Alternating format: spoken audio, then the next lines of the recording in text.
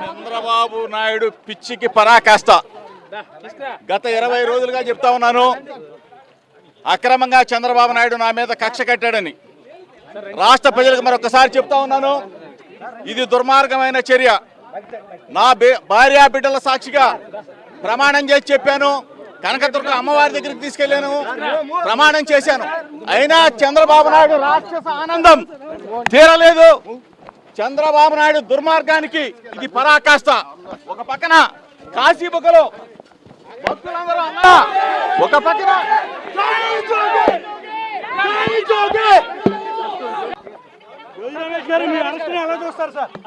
చంద్రబాబు నాయుడు పిచ్చికి పరాకాష్ట. గత 20 రోజులుగా చెప్తా ఉన్నాను, అక్రమంగా చంద్రబాబు నాయుడు నా మీద కక్ష కట్టాడని. రాష్ట్ర ప్రజలకు మరొకసారి చెప్తా ఉన్నాను, ఇది దుర్మార్గమైన చర్య. నా భార్య బిడ్డల సాక్షిగా ప్రమాణం చేసి చెప్పాను. కనకదుర్గ అమ్మవారి దగ్గరికి తీసుకెళ్లాను, ప్రమాణం చేశాను. అయినా చంద్రబాబు నాయుడు రాక్షస ఆనందం తీరలేదు. చంద్రబాబు నాయుడు దుర్మార్గానికి ఇది పరాకాష్ట. ఒక పక్కన కాశీబుగ్గలో భక్తులందరూ అన్నా, ఒక పక్కన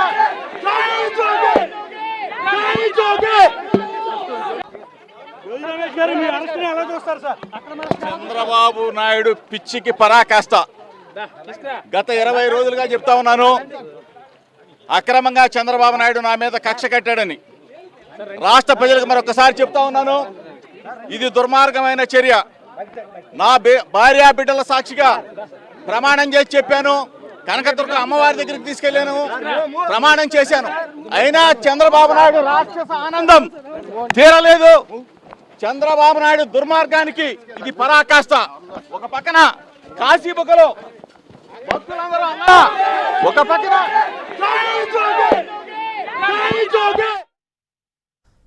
తన అరెస్టు గురించి మీడియా ప్రశ్నకి జోగి రమేష్ రియాక్షన్ని మనం చూస్తూ ఉన్నాం. ప్రస్తుతం ఆయన అరెస్ట్ చేసి ఏలూరు ఎక్సైజ్ ఆఫీస్కి తీసుకువెళ్లారు. అక్కడ ఆయన్ని ప్రశ్నించిన మీడియాతో జోగి రమేష్ చేస్తున్న వ్యాఖ్యలను చూస్తూ ఉన్నాం. తన అరెస్ట్ అనింది చంద్రబాబు పిచ్చికి పరాకాష్ఠగా చెప్తూ ఉన్నారు.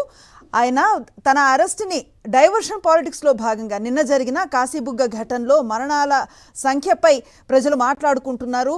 ఇదంతా కూడా అధికార దుర్వినియోగం కిందకే వస్తుంది అని ఆయన స్పందిస్తూ ఉన్న పరిస్థితిని మనం చూస్తూ ఉన్నాం. తెల్లవారుజామున 4:30 ప్రాంతంలో పెద్ద ఎత్తున ఇబ్రహీంపట్నంలో ఉన్నటువంటి జోగి రమేష్ నివాసానికి చేరుకున్నారు పోలీసులు. ఆ తర్వాత 8:20 ప్రాంతంలో జోగి రమేష్ని అరెస్ట్ చేశారు. ఈ అరెస్టు గురించి సమాచారం అందుకున్నటువంటి వైసీపీ నేతలు అలాగే జోగి రమేష్ ఫాలోవర్స్ ఎవరైతే ఉన్నారో పెద్ద ఎత్తున ఆయన నివాసానికి చేరుకున్నారు.